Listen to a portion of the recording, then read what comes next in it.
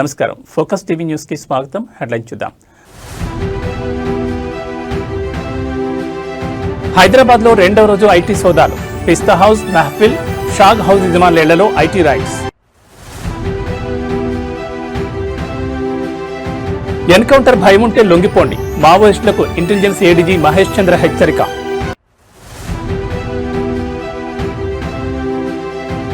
రేపు సిబిఐ కోర్టుకు హాజరు కానున్న జగన్. వ్యక్తిగతంగా హాజరు కావాలని ఆదేశించిన కోర్టు.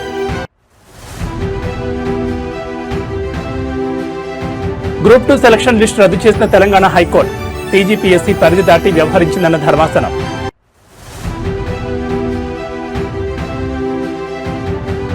ఏపీలో మరో ఎన్కౌంటర్, 7 మావోయిస్టులు మృతి. ఇక డీటెయిల్స్ చూస్తే హైదరాబాద్ లో రెండవ రోజు ఐటీ సోదాలు కొనసాగుతున్నాయి. నగరంలోని పలు చోట్ల సోదాలు కొనసాగుతున్నాయి. పిస్తా హౌస్, మెహఫిల్, షాగ్ హౌస్ హోటల్స్ యజమానుల ఇళ్లలో సోదాలు జరుగుతున్నాయి. ఈ హోటల్స్ ఏటా 100 కోట్ల వ్యాపారం చేస్తున్నాయి. ఐటీ రిటర్న్స్లలో అవకతవకలు జరిగినట్లు ఐటీ అధికారులు గుర్తించారు. నిన్న ఉదయం 6 గంటలకు ప్రధాన కార్యాలయాలు, హోటల్స్, రెస్టారెంట్లలో ఐటీ తనిఖీలు నిర్వహించారు. రాజేంద్ర నగర్లోని పిస్తా హౌస్ ఓనర్ మహమ్మద్ అబ్దుల్ మోషి ఇళ్లలో సోదాలు కొనసాగుతున్నాయి. ఇప్పటికే మహమ్మద్ మాజిద్ కి సంబంధించిన వర్కర్స్ ఇళ్లలో సోదాలు చేస్తున్నారు. వర్కర్ల దగ్గర నుంచి కీలక డాక్యుమెంట్లు, కంప్యూటర్, హార్డ్ డిస్క్లు స్వాధీనం చేసుకున్నారు. రికార్డులో చూపిన ఆదాయానికి నిజమైన ఆదాయం మధ్య వ్యత్యాసం గుర్తించారు. ట్యాక్స్ చెల్లింపులో తేడాలను గుర్తించారు. షాగోస్ హోటల్స్ లో నిన్న రాత్రి 10 గంటల వరకు కొనసాగిన ఐటీ సోదాలు తాజాగా ముగిశాయి.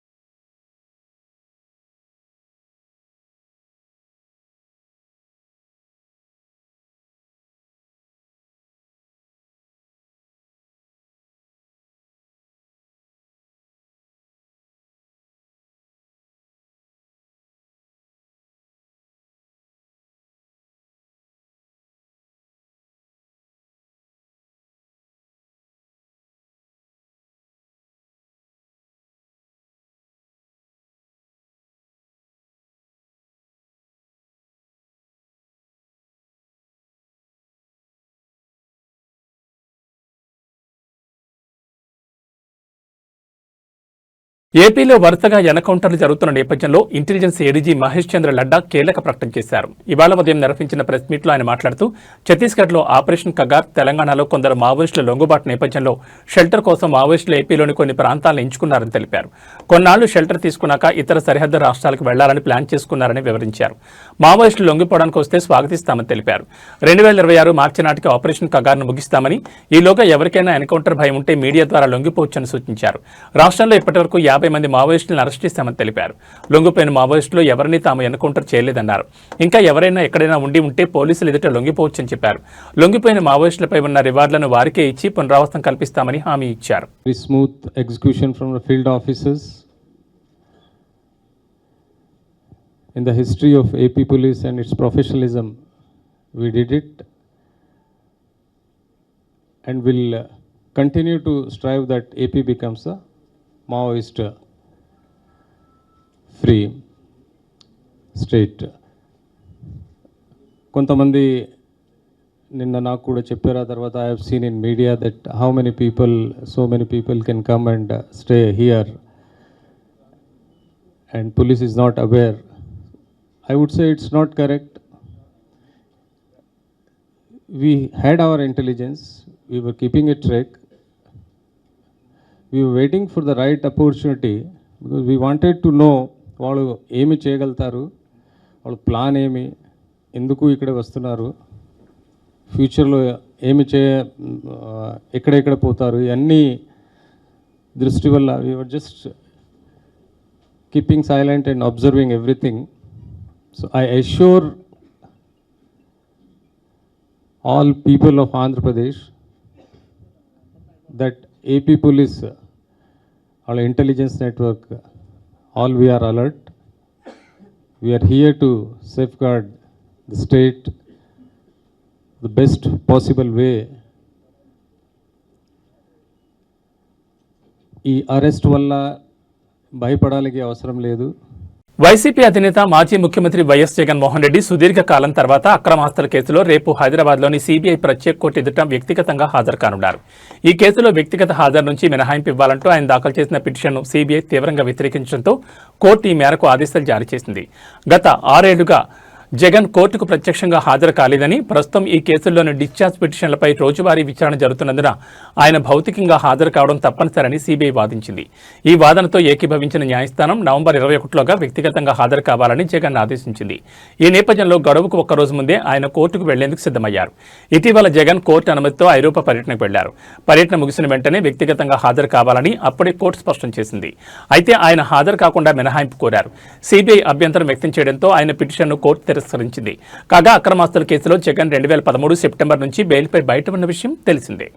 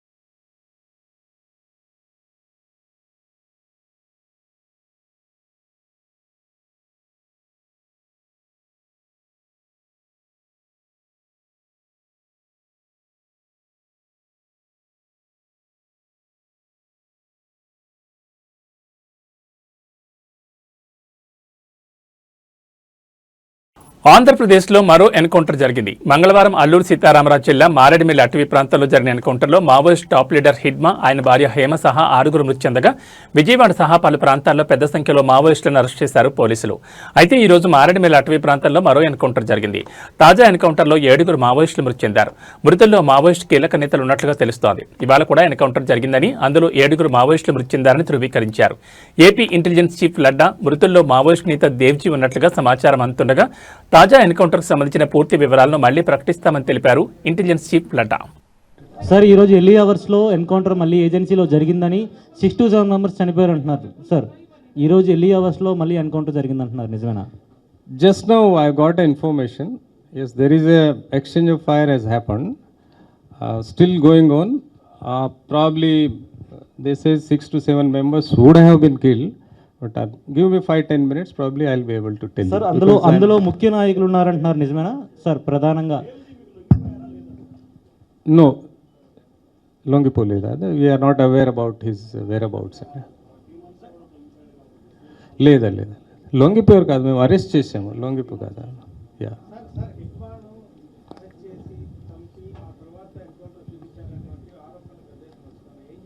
నో, దట్స్ అబ్సల్యూట్లీ రాంగ్ అండి, కరెక్ట్ కాదండి. అనుమానం ఏపీసీఎల్సీ వీళ్ళు ఉన్న వాళ్ళ పని ఏదో ఒక జరిగితే something they will have to keep themselves busy కదా. If they have anything specific they can go to the court, they can ask for whatever they want.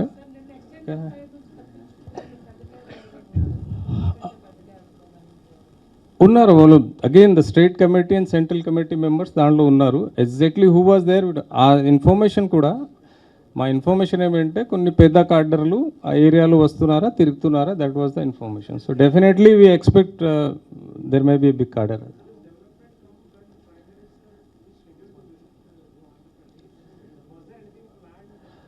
No, these are the two independent things. They are nothing to do with that. ఎవరైతే మావోయిస్టులకు ఆశ్రయం కల్పిస్తున్నారో వాళ్ళకి మీరు ఎలా warn చేస్తారు? అదేవిధంగా ఇప్పుడు వరకు ఆశ్రయం కల్పిస్తారు. I can suggest them, I request them, please come and surrender. Government is వాళ్ళ మీద ఉన్న సరెండర్ అమౌంట్ కూడా వాళ్ళకి ఇచ్చి రీహాబిలిటేషన్ కోసం skill and area committee members 19,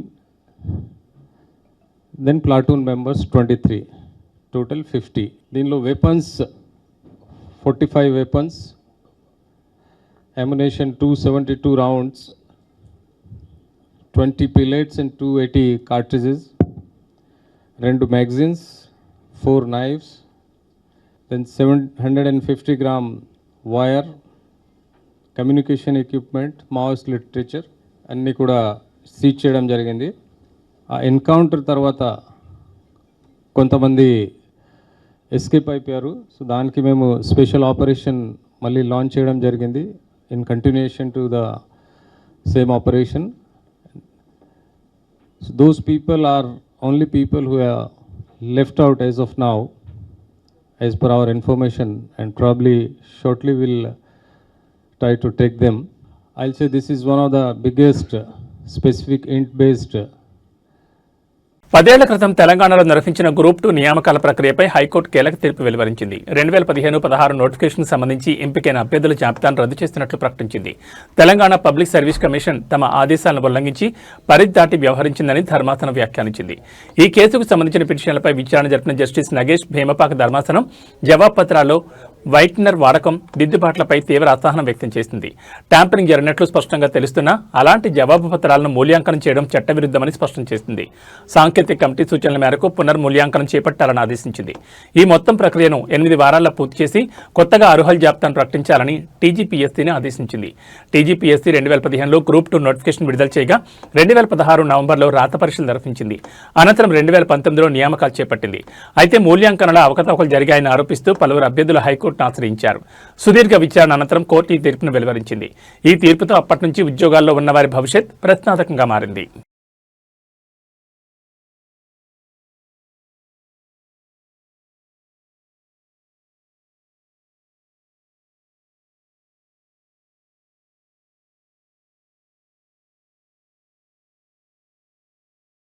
నిన్న ఏపీ పోలీసుల చేతిలో హతమైన హిడ్మా గురించి ఆసక్తికర విషయాలు వెలుగులోకి వస్తున్నాయి. గత కొన్ని రోజులుగా లొంగిపోయే ప్రయత్నం చేసినట్లు తెలిసింది. ఈ మేరకు తన ఆలోచనలు, నిర్ణయాలపై బస్తర్లో ఉన్న ఒక జర్నలిస్టుకు హిడ్మా లేఖ రాశారు. తన చివరి లేఖలో ఆయుధాలు విడిచేందుకు ఆలోచిస్తున్నట్లు పేర్కొన్నాడు. ఆంధ్రప్రదేశ్కు రావాలని నవంబర్ 10న జర్నలిస్టుకు రాసిన లేఖలో పేర్కొన్నాడు. ఎక్కడ లొంగిపోవాలన్నది నిర్ణయించాల్సి ఉంది. మా భద్రతకు హామీ ఇస్తే లొంగిపోయేందుకు సిద్ధం. త్వరలో హిందీతో పాటు తెలుగులోనూ ఆడియో మెసేజ్ పంపుతాం. ఆయుధాలు విడిచే ముందు కొన్ని అంశాలపై చర్చించాల్సి ఉందని లేఖలో రాసుకొచ్చారు. ఇదిలా ఉండగా ఏపీలోని మారేడుమిల్లి అటవీ ప్రాంతంలో నిన్న ఉదయం జరిగిన ఎదురు కాల్పుల్లో మావోయిస్టు కీలక నేత, కేంద్ర కమిటీ సభ్యుడు మాధ్వి హిడ్మా మృతి చెందిన విషయం తెలిసిందే. హిడ్మాతో పాటు ఆయన భార్య రాజీ, మరో 4 మావోయిస్టులు పోలీసులు ఎదురుకాల్పుల్లో మరణించారు. ఈ మేరకు హిడ్మా రాజే మరణించిన విషయాన్ని పోలీసులు నిర్ధారిస్తూ వారి మృతదేహాల ఫోటోలను రిలీజ్ చేశారు. ఆంధ్రప్రదేశ్, ఛత్తీస్గఢ్, ఒడిశా సరిహద్దులో మావోయిస్టుల కదలికలకు సంబంధించి ఖచ్చితమైన సమాచారంతో మారేడుమిల్ అటవీ ప్రాంతంలో భద్రతా బలగాలు ఈ రోజు ఉదయం కూంబింగ్ చేపట్టాయని ఏపీ డీజీపీ హరీష్ కుమార్ గుప్తా తెలిపారు.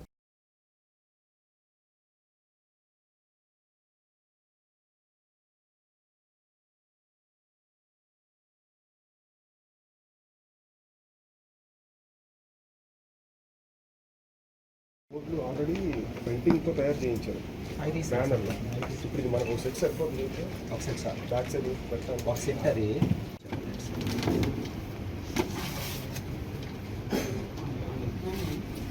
మానసిక వైకల్యంతో ఉన్న కొడుక్కి కనీసం తిండి లేక అనారోగ్యం పాలై మృతి చెందగా కొడుకును పూడ్చిపెట్టేందుకు డబ్బులు లేక శ్మశానంలో గంటల తరబడి కొడుకు మృతదేహాన్ని ఒడిలో పెట్టుకుని ఏడుస్తూ గడిపాడు ఓ తండ్రి.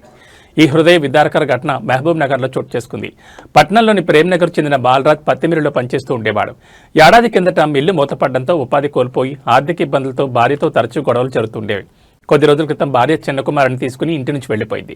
మానసిక వైకల్యంతో పాటు వికలాంగుడైన పెద్ద కుమారుడు హరీష్ను చూసేందుకు డబ్బులు లేకపోవడంతో ఇటీవల హోటల్ క్లీనింగ్ పనిలో చేరాడు.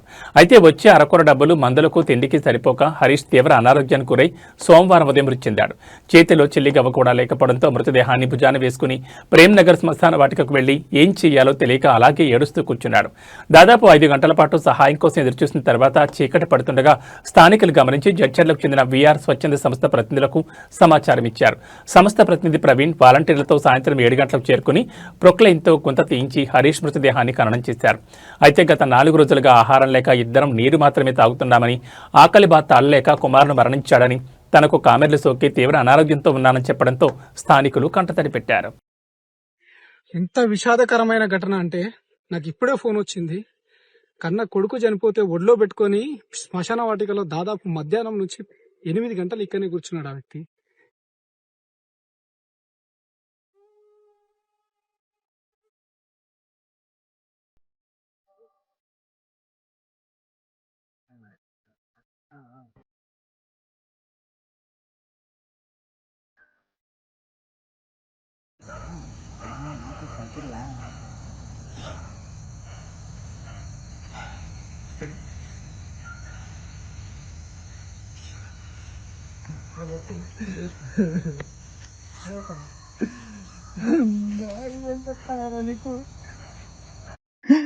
ఏం లేకుండా అయిపోతేవిరా, అమ్మ లేకుండా నాశనం చేసే బిడ్డ.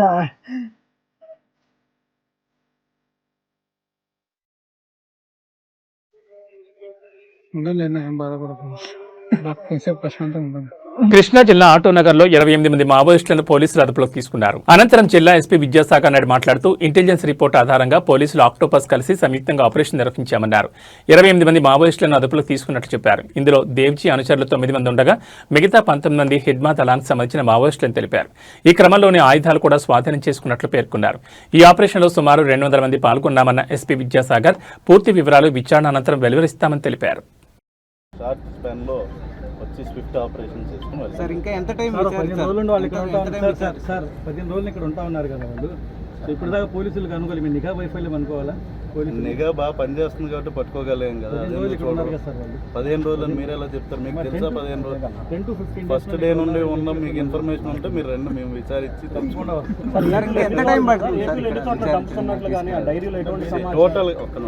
టోటల్గా మనం ఈరోజు ఓవరాల్గా 5 జిల్లాల్లో ఈ ఆపరేషన్ అనేది ప్యారలల్గా జరుగుతుంది. నా జిల్లాకు సంబంధించి మేము చెప్పాము. Other districts as and when those operations are completed they will give similar press meet. Main press meet ఎప్పుడు పెడతారు? రేపు పెడతాం. రేపు చెప్తాను. మార్నింగ్ బిల్డింగ్కి వెళ్ళిన టైంలో ప్రతిఘటించడం కానీ అంటే చూడండి, మన దగ్గర ఉండే వెపన్స్తో పోల్చుకుంటే, మన దగ్గర ఉండే ప్రొఫెషనల్ టీమ్తో పోల్చుకుంటే those people are from Chhattisgarh, they are relatively new చాలా మంది.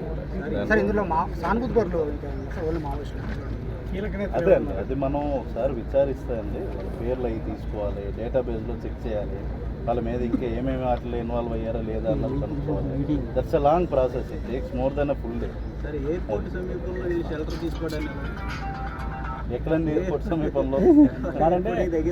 జోన్ కదా సార్, ఎన్టీఆర్ జిల్లా, కృష్ణా జిల్లా అంటే విఐపి జోన్. అలా ఎక్కడ షెల్టర్ తీసుకుంటున్న నిషేధం ఏం లేదండి. ఓన్లీ థింగ్ ఏంటంటే ఇది ఇండస్ట్రియల్ ఏరియా మనం గమనించుకుంటే దీంట్లో చాలామంది బయట రాష్ట్రాల నుండి ఎంతోమంది ఛత్తీస్గఢ్, ఒడిస్సా, అదేవిధంగా జార్ఖండ్ ఇక్కడ నుండి లేబర్స్ చాలామంది వచ్చి పోతూ ఉంటారు. అది ఈ రోజున జరుగుతుంది కాదు కదా, మనకి పెన్నూరు ఆటోనగర్లో ఎప్పటి నుండో బయట రాష్ట్రాల నుండి వచ్చి వెళ్ళటం అనేది అది సహజం. సో అలా వచ్చి ఉండొచ్చు. వచ్చిన తర్వాత మేము వాళ్ళ మీద నిఘా పెట్టుకున్నాం కాబట్టి వీళ్ళేమీ చిన్నోళ్ళు కాదు కదా, ఇలా ఇంట్లోకి రాగానే అలా వెళ్ళి పట్టుకుని వచ్చేయడానికి. వీళ్ళ మీద కొద్ది రోజులుగా నిఘా ఉండుంటుంది కదా మాకు కూడా. దీంట్లో లా అండ్ ఆర్డర్ సైడ్ నుండి ఐ వాజ్ దేర్, మా గన్నవరం డిఎస్పీ గారు ఉన్నారు, ఇన్స్పెక్టర్స్ ఉన్నారు, కంకిపాడు, పెనమలూరు, అదేవిధంగా మన గన్నవరం ఇన్స్పెక్టర్స్ ఉన్నారు. వాళ్ళ team law and order team వచ్చింది. ముఖ్యంగా ఆక్టోపస్ టీం దీంట్లో పార్టిసిపేట్ చేసింది. ఆక్టోపస్ డిఏజీ గారు ఉన్నారు. So it's a joint effort. Intelligence విభాగం నుండి వాళ్ళు డిఫరెంట్ ప్లేసెస్లో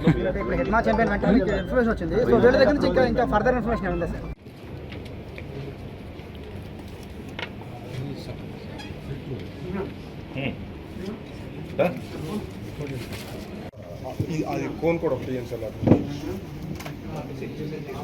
ఏమో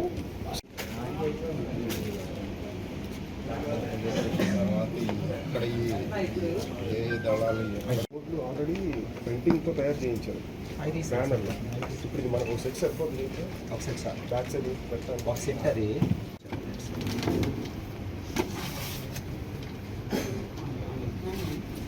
ఆముదం గింజల నుంచి అత్యంత ప్రమాదకర విషం తయారు చేసి అమాయకుల ప్రాణాలు తీయాలని చూసిన ఉగ్రవాది అహ్మద్ మొహియుద్దీన్ సయ్యద్పై జైల్లో దాడి జరిగింది. అహ్మద్ను యాంటీ టెర్రరిస్ట్ స్క్వాడ్ పోలీసులు అరెస్ట్ చేసి జైలుకు తరలించిన విషయం తెలిసిందే. ప్రస్తుతం అతను గుజరాత్లోని సబర్మతి జైల్లో హై సెక్యూరిటీ బ్యారక్లో ఉన్నాడు. అయితే ఏం జరిగిందనే విషయంపై పూర్తి సమాచారం లేనప్పటికీ అహ్మద్పై తోటి ఖైదీలు దాడి చేసి తీవ్రంగా కొట్టారని తెలుస్తోంది. ఈ ఘటనపై దర్యాప్తు జరుపుతున్నామని, ఖైదీలు ఎందుకు దాడి చేశారనే విషయంపై ఆరా తీస్తున్నట్లు జైలు అధికారులు తెలిపారు. ఖైదీలు మూకుమ్మడిగా దాడి చేయడంతో అహ్మద్ ప్రాణాలు కాపాడేందుకు పోలీసులు జోక్యం చేసుకోవాల్సి వచ్చిందని సమాచారం. దాడి గురించిన సమాచారం అందిన వెంటనే గుజరాత్ యాంటీ టెర్రరిజం స్క్వాడ్ బృందం సబర్మతి జైలుకు చేరుకుంది. దాడి ఎలా, ఎందుకు జరిగిందనే అంశంపై దర్యాప్తును ప్రారంభించింది.